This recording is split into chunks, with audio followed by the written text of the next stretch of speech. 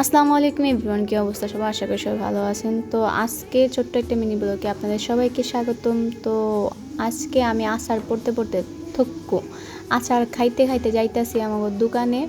আর দোকানে যাওয়ার সময় আমার ক্যামেরাম্যানরা জিজ্ঞেস করলাম আচার খাইবো নাকি। ক্যামেরাম্যান যদিও তাকাই থাকে সুসার মতো, কিন্তু খাইবো না। যাই হোক, সামনে হাঁটতে হাঁটতে তো এখানে আইসা দাঁড়াইছি রিক্সার জন্য। তো রিক্সাওয়ালা মামার আজকে পুরাই অ্যাটিটিউড, কেউ পাত্তাই দিতেছে না। আমি রিক্সাওয়ালা মামাকে ডাকতাছি, ওই মামাকে ডাকতাছি, হ্যাঁ আমার পাত্তাই দিল না। যাই হোক, অবশেষে একটা মামা আমার দিকে তাকাইলো, অসহায় মনে করে রিক্সাটায় উঠতে দিল। তো এখন কি আর করার, ক্যামেরাম্যানরা করলাম যে সামনে ক্যামেরা ধরো। তো হ্যাঁ, আবার নিজের একটু দেখাইবো, কারণ হ্যাঁ একটু বাপসাপের দরকার আছে।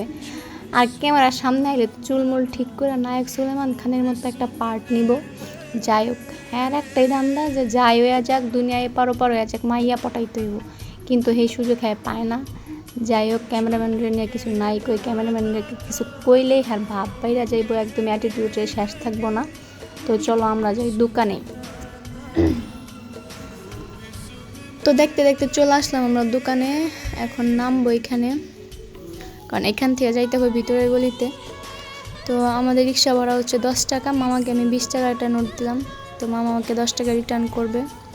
প্রথমে মামা টাকাটা পাইতেছিল না, পরে দেখলো যে একটা 10 টাকার নোট আছে, হ্যাঁ আমার 10 টাকার নোটটা দিল। তো আমি নিয়ে চলে গেলাম হচ্ছে দোকানের ভিতরে। তো যাইতে সময় দেখলাম চাওয়ালা দাদারে বললাম আমার একটা দোকানে চা দিয়াইও।